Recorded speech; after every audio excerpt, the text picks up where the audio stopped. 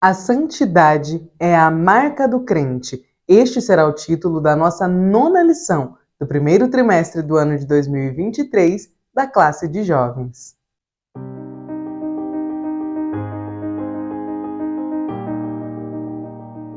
A paz do Senhor, querido aluno e professor da Escola Bíblica Dominical. Eu sou a irmã Damaris, sou professora da IBD, da congregação em que sirvo ao Senhor aqui na Assembleia de Deus em Curitiba. E hoje eu estou aqui para que nós possamos continuar meditando juntos a respeito do processo de santificação, de ser separados para Deus, que é o tema que nós estamos abordando na classe de jovens neste primeiro trimestre. Para a glória do nosso Deus, nós já chegamos na lição de número 9, estamos quase finalizando este primeiro trimestre e hoje nós falaremos sobre a santidade como marca da vida do crente.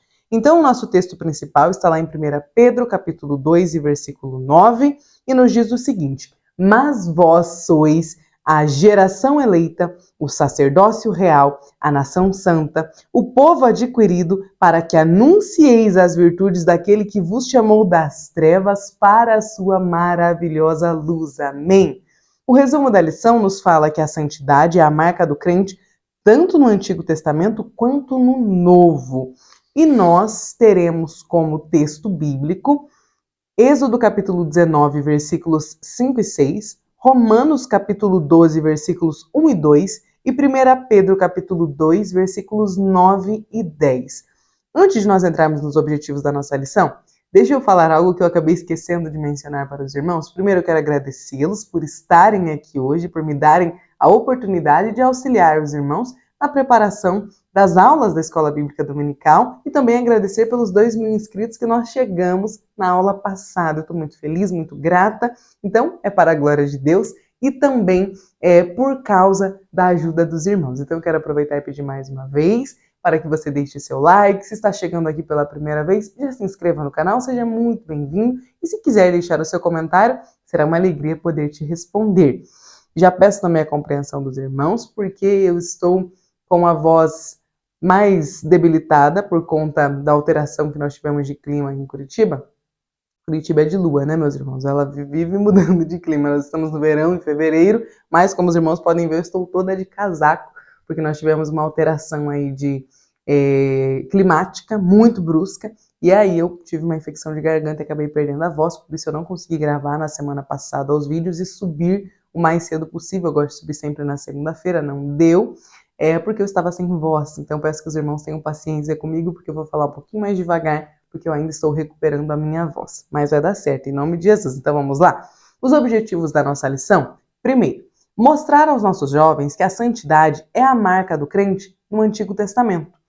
Segundo, saber que a santidade continua sendo exigida no Novo Testamento. E terceiro, apontar a superioridade do culto oferecido pelo crente no Novo Testamento, o culto racional. Então veja o que a nossa introdução vai nos apresentar a respeito do que nós falaremos nesta aula. A santidade, ela é exigida pelo nosso Senhor Deus, tanto no Antigo Testamento, na Antiga Aliança, quanto no Novo, na Nova Aliança. Todavia, lá no Antigo Testamento, o povo era considerado santo por meio de sacrifícios de animais. No Novo Testamento, o crente é santificado mediante o sacrifício perfeito de Cristo. Então, como filhos e filhas de Deus, agora nós devemos oferecer ao Senhor um culto racional e viver de maneira santa, justa e piedosa. Nosso primeiro tópico tem o seguinte título: a santidade como marca do crente lá no Antigo Testamento. Então, olha só. Primeiro subtópico: propriedades de Deus. O livro de Levítico, o terceiro livro da Bíblia, ele nos apresenta 2 temas importantes que sobressaem. Primeiro, a expiação. Mas o que é expiação? Olha só o que o comentarista da nossa lição, pastor Natalino das Neves, nos traz para a explicação do que é expiação. Procedimentos sacrificiais que dizem respeito à remoção do pecado e à restauração da comunhão com Deus. E o outro tema que se sobressai em Levítico é o tema da santificação. Então nós sabemos que, de acordo com a Bíblia de Estudo Pentecostal, esse livro foi escrito para instruir os israelitas acerca do acesso a Deus, que acontecia por meio do sangue expiador e para mostrar o padrão divino da vida santa que deve ter o povo que foi escolhido por Deus. Então, este foi o propósito da inspiração que Deus deu a Moisés para que ele escrevesse o livro de Levítico. O Senhor estabeleceu uma aliança com o povo hebreu, e essa aliança, ela exigia santidade e compromisso, a fim de que os outros povos pudessem ter o conhecimento de Deus. Os israelitas são advertidos várias vezes ao longo das Escrituras para não adotarem as práticas dos demais povos. Eles deveriam ter a marca de Deus, que era a santificação. Então nós sabemos que, quando nós lemos a Bíblia desde o início, nós entendemos que o Senhor chama para si um povo. Em Abraão, ele faz um pacto, forma uma aliança com Abraão e ele promete que em Abraão as famílias serão benditas e que a descendência de Abraão será numerosa e que ele será o Deus daquela descendência. Então o Senhor continua o relacionamento estabelecido com Abraão, também com Isaac e também com Jacó.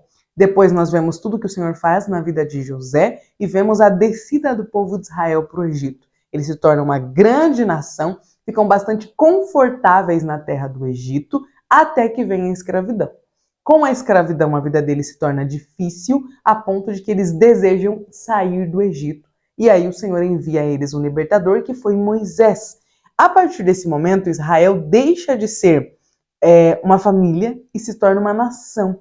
Cresceu de uma forma tão grande, de maneira tamanha, que não só assustou o faraó do Egito, que não conheceu a José, que ficou assustado com o tamanho que aquela nação estava se tornando, ali pertinho deles, em Gósen, que era como se fosse uma cidade metropolitana, bem pertinho ali do Egito, e resolve, colocar uma opressão sobre eles. Então veja que eles se tornaram tão grandes, tão numerosos, que eles passaram a ser uma nação.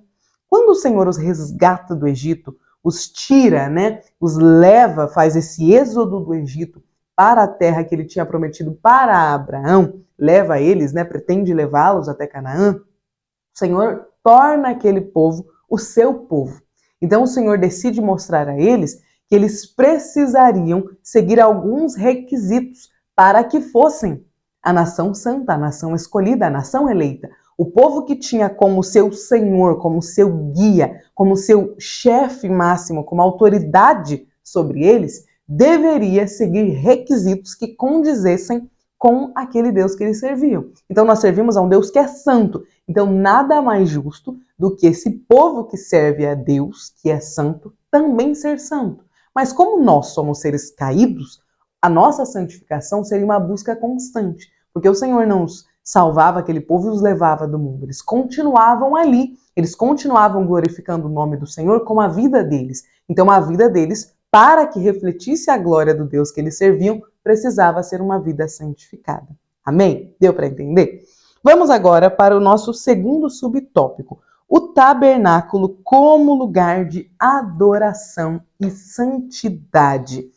O tabernáculo, ou a tenda do encontro, e eu gosto bastante dessa expressão, que inclusive a Bíblia ANAA trouxe agora, a tenda do encontro, era o lugar onde Deus vinha para estar no meio do povo. O Senhor pediu que fosse construído um tabernáculo a ele, para que ele pudesse tabernacular, para que ele pudesse estar entre o povo. Então, no tabernáculo eram realizados os serviços que revelam a santidade de Deus e do seu povo, porque os sacerdotes recebiam as ofertas do povo, que o povo só tinha acesso ao pátio, ao átrio, e a partir dali do átrio, só os sacerdotes e o sumo sacerdote é que podiam entrar.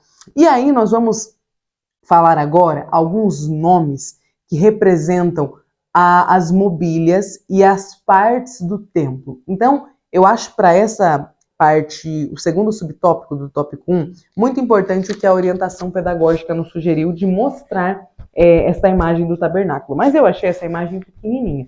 Então, se os irmãos quiserem uma imagem maior para enviar para os seus alunos, seja por WhatsApp, ou seja para mostrar na aula, por alguma projeção, ou se você for imprimir, eu tenho um canal, acho que é canal que fala, no Telegram, onde eu envio recursos de leitura bíblica para as pessoas que me seguem lá no Instagram. Nós estamos lendo a Bíblia toda, eu desenvolvi um plano de leitura e eu tenho enviado recursos conforme vão passando os livros da Bíblia. Agora nós estamos em Números, mas enquanto nós estávamos lendo Êxodo e Levítico, eu enviei algumas imagens do tabernáculo. E essas imagens eu acredito que, por serem maior, elas podem representar melhor, dar uma visualização melhor do que era o tabernáculo, a tenda do encontro de Deus com o povo de Israel, para os seus alunos. Porque agora, veja só o que nós falaremos. No átrio ficava um altar de bronze para ofertas e sacrifícios, e a pia de cobre, que era para a purificação das mãos e dos pés dos sacerdotes, antes deles entrarem no interior do tabernáculo, para ministrar, ali em seus compartimentos. O lugar santo e o lugar santíssimo, ou o santo dos santos, era um lugar que havia 3 mobiliários. Então, lá no lugar santo, nós tínhamos o castiçal de ouro, a mesa com os pães da preposição e o altar de incenso. Estes 3 mobiliários. Já no Santo dos Santos, onde somente o sumo sacerdote podia entrar uma vez por ano, como representante do povo, havia somente um único móvel, que era a Arca da Aliança. E dentro da Arca da Aliança nós tínhamos os 10 mandamentos que o Senhor deu a Moisés, um pouco de maná, e também a vara, o cajado de Arão.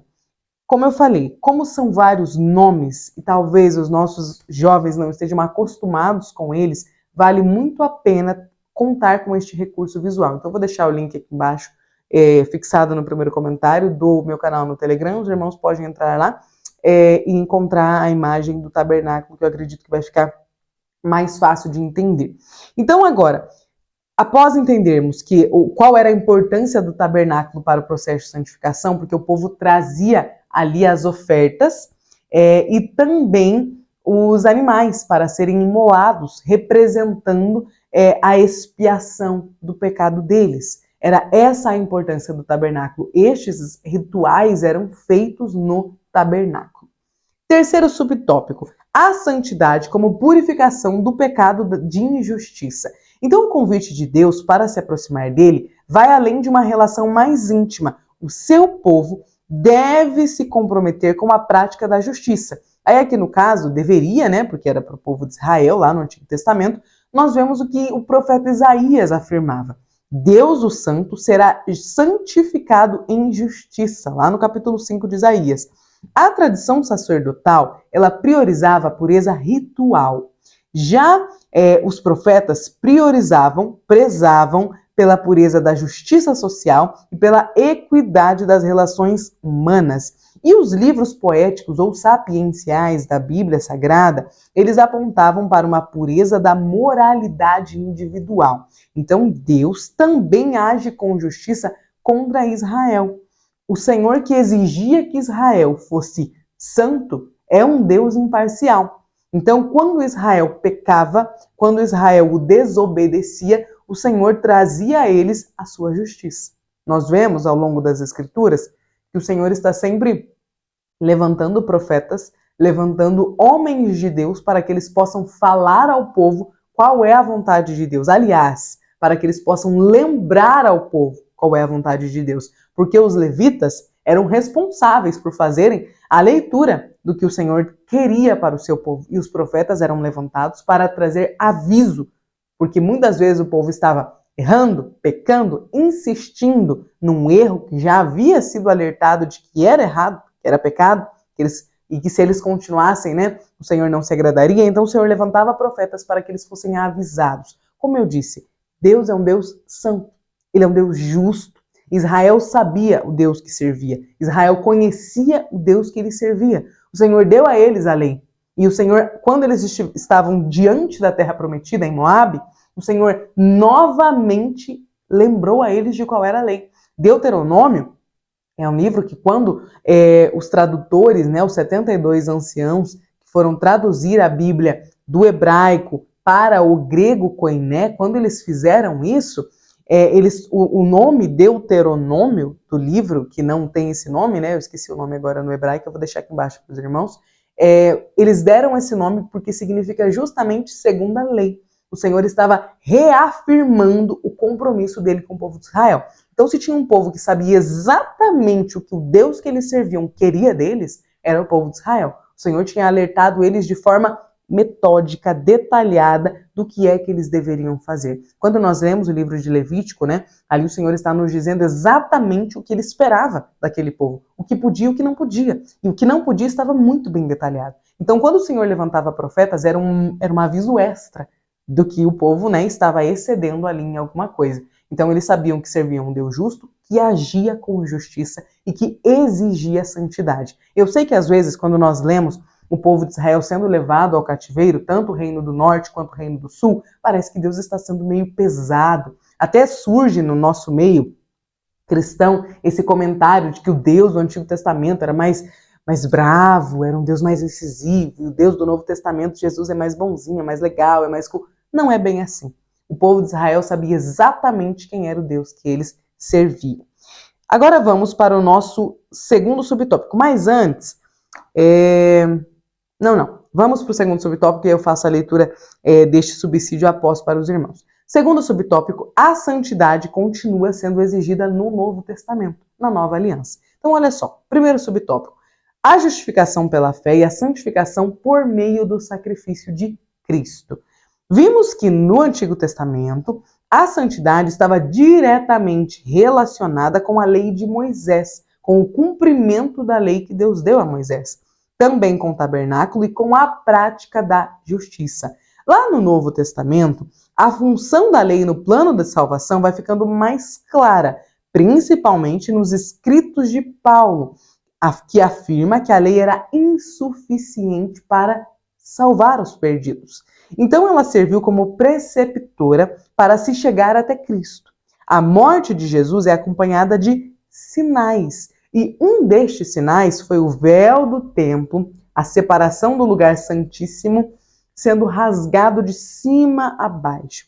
Este símbolo mostrava a inacessibilidade do ser humano ao lugar santíssimo, onde só o sumo sacerdote podia entrar uma vez por ano. Então o próprio Deus rasgou de cima para baixo, dando ideia de que não foi feito por mãos humanas, mas veio de Deus para os homens. E ali estava uma das demonstrações de que Jesus estava cumprindo a lei, de que ele estava se tornando a oferta derradeira, o sacrifício perfeito, e de que aquela antiga aliança não seria mais suficiente para a salvação. A partir da morte de Cristo e da sua ressurreição, uma nova dispensação foi estabelecida. A nova dispensação chama-se graça. Então a lei perde o seu efeito. Mas ela nos ensina muita coisa, principalmente porque nós entendemos aqui que tudo que aconteceu no Antigo Testamento estava apontando para Cristo. Então o livro de Levítico, através das ofertas de cereais, através do sacrifício de animais, nos ensina o que eles estavam fazendo ali era uma simbologia do que Cristo faria na cruz. Então toda a Bíblia aponta para Cristo, inclusive o livro de Levítico, que nos mostra o que era exigido do povo de Israel e que não é exigido de nós, porque Cristo realizou. Ele se transformou no sacrifício perfeito. E nós que o temos como Salvador, podemos crer nesta obra expiatória final. Amém? Olha como é maravilhoso conhecer as Escrituras para entendermos o poder do que Jesus fez por nós na cruz. Nós, cada um de nós, deveríamos pagar aquele preço para que pudéssemos restabelecer a nossa comunhão com o Senhor. Mas Cristo, o nosso irmão mais velho, em nosso lugar, levou sobre si todas as nossas dores, as nossas enfermidades, os nossos pecados, as nossas misérias e se fez a oferta derradeira. Amém? Você pode glorificar ao Senhor? É maravilhoso conhecer o plano da salvação através dos séculos, através dos livros da Bíblia, para que nós possamos entender a dimensão do que Jesus fez na cruz. Amém? Então agora, nós entendemos que quem crê em Cristo por meio do seu sacrifício vicário tem o privilégio de entrar na presença de Deus e pode ser considerado justo, não mais pelo efeito dos animais que eram trazidos até o pátio. Mas agora nós podemos entrar no Santo dos Santos e adorar ao Senhor. e reivindicar o que o Senhor fez na cruz por nós, quando Ele nos declarou justos. Aleluias! Segundo subtópico do tópico 2, a santidade da Igreja de Cristo. Jesus cumpriu a sua missão e retornou ao Pai. Porém, olha aqui algo muito importante. Ele deixou para representar ele, no caso, né, a sua igreja no mundo. Então nós não fomos levados com Cristo após o preço que ele pagou na cruz, porque ele desejava que nós continuássemos aqui. Então, a igreja não pode se deixar vencer pelo mal e deixar de acreditar que a santificação deve, e continua sendo exigida, né, deve acontecer também na nova aliança. Porque às vezes nós achamos que o processo de santificação é algo que ficou lá no Antigo Testamento, mas não. Ele nos acompanha também, a santificação é tema da nova aliança também. Porque o Senhor não nos salvou uma vez e nos levou com Ele. Ele nos salvou, mas nos transformou em seus representantes. E como representantes, como embaixadores de Cristo na terra, nós devemos também, assim como o povo de Israel tinha que, mostrar ao mundo quem é o Deus que nós servimos através dos nossos atos. Que atos? Os atos de alguém que é santificado. Os atos de alguém que busca todos os dias a santificação. Porque o povo de Israel precisava ser separado do mundo, dos povos que os estavam cercando. Nós também precisamos ser separados. Nós também precisamos viver uma vida de santificação. Então o livro de Levítico, ele está ensinando a nós, igreja, o que o Senhor exigia do povo de Israel, o que o Senhor exige de nós agora. Nós não trazemos sacrifícios de animais ao templo, nós não trazemos ofertas de cereais ao templo. O que é que nós trazemos? Nós vamos entender agora o que Paulo nos disse lá em Romanos 12 sobre o que é que nós trazemos ao templo. Então, continuando, veja que a igreja, por meio dos discípulos, recebeu de Jesus uma vocação, a qual deve se manter fiel. A principal marca que deve identificar a igreja neste tempo pós-moderno continua sendo a santidade. Estando no mundo, mas com um comportamento que inspire ser replicado e referenciado. No trabalho, no comércio, na política, nos negócios, entre outras áreas. A igreja precisa conquistar espaços em nossa sociedade. Mas será que ela tem feito isso? Será que eu e você e eu, temos conquistado espaço, feito a diferença no mundo através da nossa diferença, através da nossa santificação? Porque a marca que o povo de Israel tinha era a santificação. A marca que a igreja tem também é a santificação. Nós, diante do mundo, precisamos ser vistos como pessoas que são santas, assim como o nosso Deus é santo. E agora nós iremos entrar aqui no terceiro subtópico, entendendo que a santidade é exigida tanto no Antigo Testamento como no Novo. Porque nós encontramos lá no Pentateuco, nos 5 primeiros livros da Bíblia, a seguinte recomendação divina ao povo de Israel: santos sereis, porque o Senhor vosso Deus sou santo. Sede santos, porque eu sou santo. É uma convocação do Senhor para nós, que também é válida no Novo Testamento. O apóstolo Pedro é usado pelo Senhor para nos lembrar: sede santos, porque o vosso Deus é santo. Então, este texto, que também foi citado, no Novo Testamento, ele nos mostra que a mesma santidade que era exigida no Antigo Testamento do povo de Israel é exigida na nova aliança do povo de Cristo, da igreja. O tema da santificação, ele continua na nova aliança. O profeta Isaías revela Deus como o santo de Israel. De forma semelhante, o apóstolo Paulo se refere aos crentes de Roma como um povo santo. Nós já sabemos que a santidade é exigida nas duas alianças, mas a igreja tem uma responsabilidade maior, porque a igreja recebeu uma revelação maior de Deus por meio de Cristo, bem como pôde, evidenciar o cumprimento do que estava previsto lá na antiga aliança. A saber, a redenção por meio do sacrifício perfeito de Cristo como sumo sacerdote perfeito. Então, nós somos convidados a sermos representantes de Deus, a sermos embaixadores de Cristo em uma sociedade corrompida por meio da santidade. Terceiro tópico: o culto racional no Novo Testamento. Agora nós vamos entender o que é que nós, igreja, trazemos na adoração. O povo de Israel traziam seus animais, as suas ofertas de cereais. E nós? A Igreja de Cristo traz o que para a adoração? Terceiro subtópico. Primeiro subtópico, consagrando o corpo como sacrifício vivo. No Antigo Testamento, uma das práticas principais do tabernáculo era o sacrifício de animais. Estes rituais serviam para apontar para Cristo, encobrir os pecados, mas não eram eficazes para removê-los. O novo convertido passa a ter acesso ao sacrifício único e perfeito realizado por Cristo. Porém, isso não elimina a consagração a Deus. Exige-se uma consagração autêntica e não mecânica e repetitiva. Paulo nos revela de que forma nós podemos entrar em comunhão com Deus. Então, uma vez que os antigos rituais não são mais necessários, o culto agora deveria ser realmente espiritual, onde o adorador entrega a sua própria vida. Seguindo o exemplo de Jesus, o corpo do crente passa a ser o lugar do encontro e da comunhão. Um lugar privilegiado na adoração, que é o templo do Espírito Santo. Então, se o povo de Israel trazia para o templo, para ser imolado no lugar deles, os animais, nós, Igreja de Cristo, trazemos para o templo o nosso próprio corpo, a nossa própria vida. Paulo nos roga para que nós apresentemos os nossos corpos como um culto que é vivo, que é santo, que é agradável a Deus. Então nós somos convidados na nova aliança a não mais depender do sangue de um animal, mas a entregar a nossa própria vida no altar de Cristo.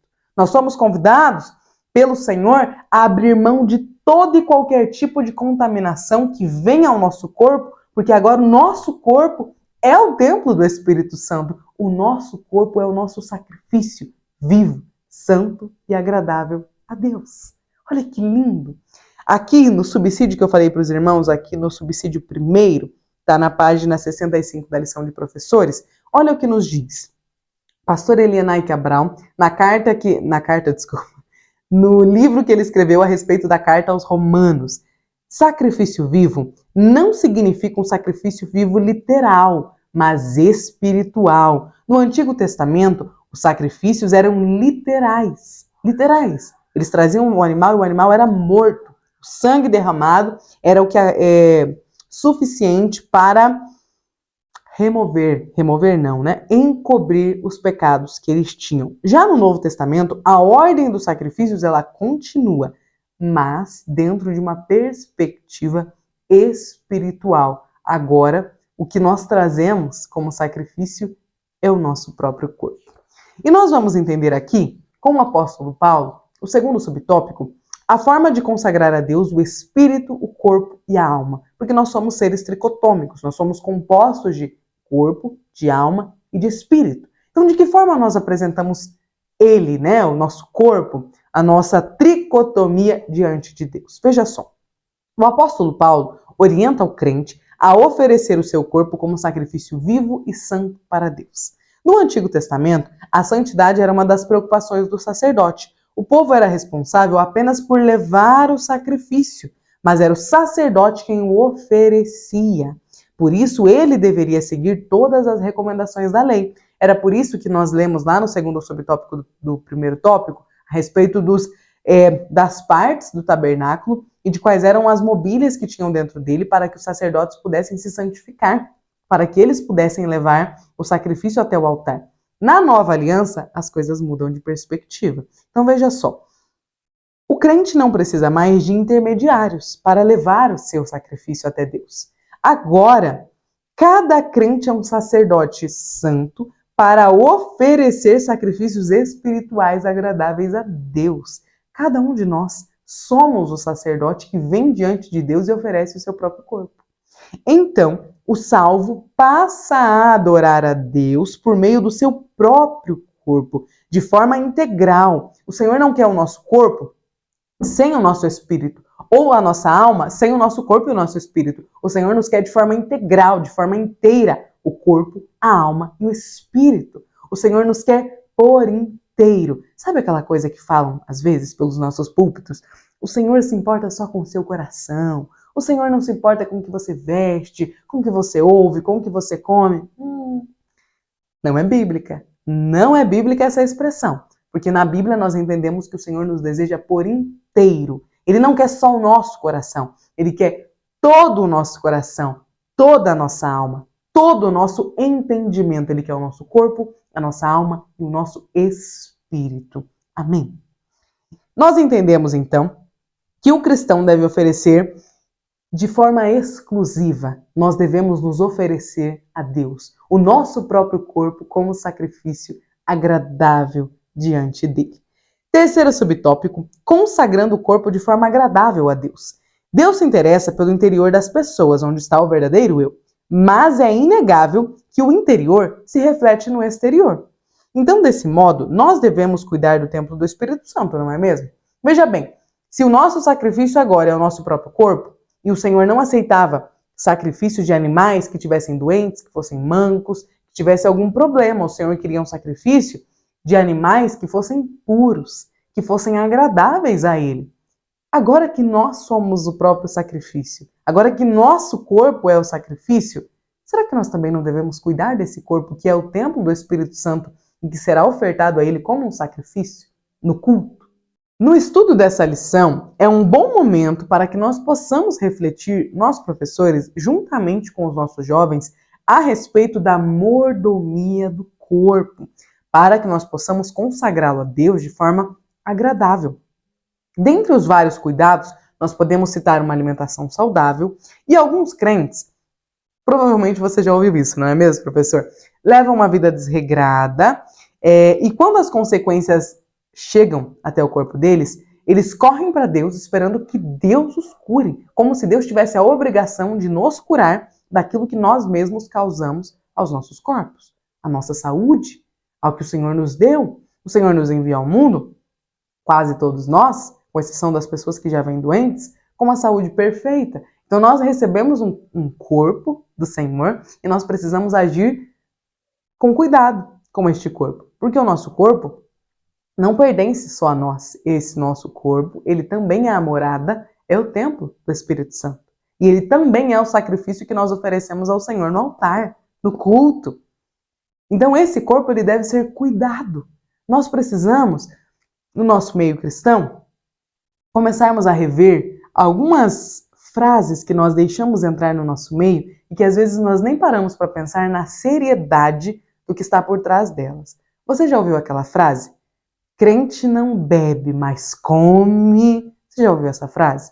Me conta aqui nos comentários.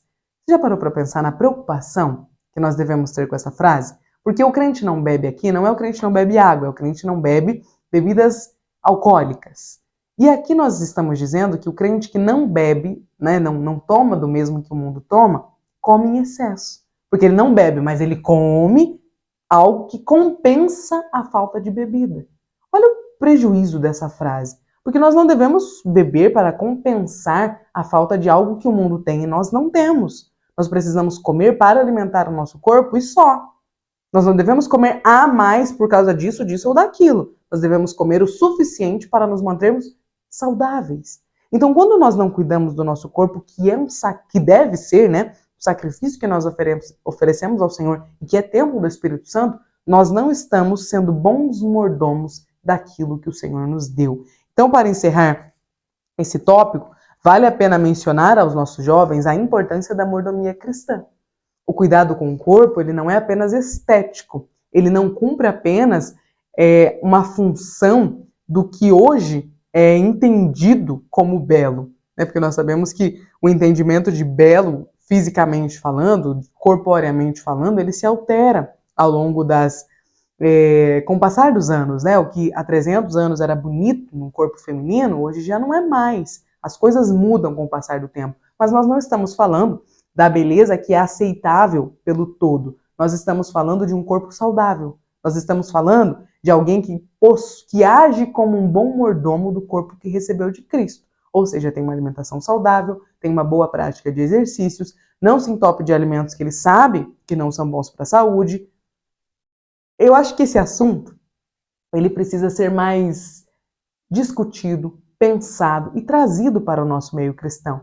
Porque se nós entendemos que na nova aliança o nosso próprio corpo é o sacrifício que é oferecido no altar do Senhor, então será que nós não deveríamos cuidar melhor deste instrumento de sacrifício? Se lá na antiga aliança, se na lei, o Senhor exigia que os animais que fossem sacrificados, que eram, né, sacrificados, fossem perfeitos, por que que nós, que somos o sacrifício agora, também não devemos ter corpos perfeitos? E aqui a perfeição, os irmãos, eu acredito que estão me entendendo, nós não estamos falando de um corpo que é esteticamente, de acordo com o mundo, lindo, maravilhoso, belo. Não, nós estamos falando de um corpo que é saudável.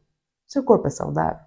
Será que o meu corpo é saudável? Será que o corpo dos nossos jovens é saudável? Será que nós temos praticado a mordomia cristã para com os nossos corpos, que é o templo, a morada do nosso Senhor? Que nós possamos refletir a respeito disso. Amém? E para encerrarmos, a conclusão da nossa aula vai nos dizer que nós aprendemos nesta lição que a santidade ela é uma marca na vida do crente. Ela é exigida tanto na antiga aliança quanto na nova aliança. No entanto, com a revelação progressiva de Deus e o sacrifício de Cristo na cruz, o crente não precisa mais de intermediários, pois cada um possui um sacerdócio santo para oferecer sacrifício espiritual e agradável a Deus. Para encerrar a nossa aula, gostaria de fazer junto com os irmãos a leitura de Romanos, capítulo 12, versículo 1. Rogo-vos, pois, irmãos, pela compaixão de Deus, que apresenteis o vosso corpo em sacrifício vivo, santo e agradável a Deus, que é o vosso culto racional.